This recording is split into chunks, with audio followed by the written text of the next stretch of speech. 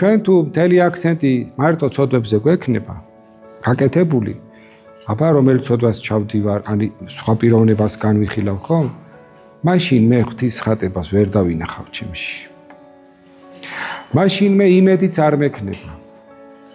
იმედიც არ მექნება, იმიტომ რომ მე ხო ცოდვილი ვარ. მე როგორ უნდა ვცხოვრდე?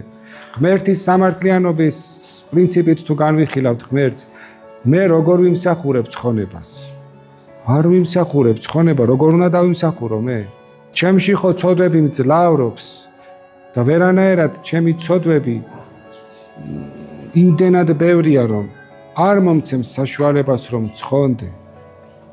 მაგრამ რისი იმედი უნდა მოგქონდეს?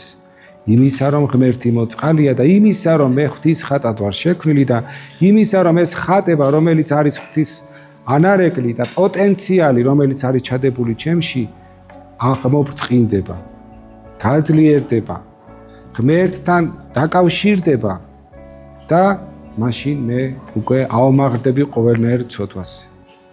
აი ეს უნდა გვახსოვდეს ჩვენ და არა ის, რომ ცოდვას ჩავიდენ დავისჯები.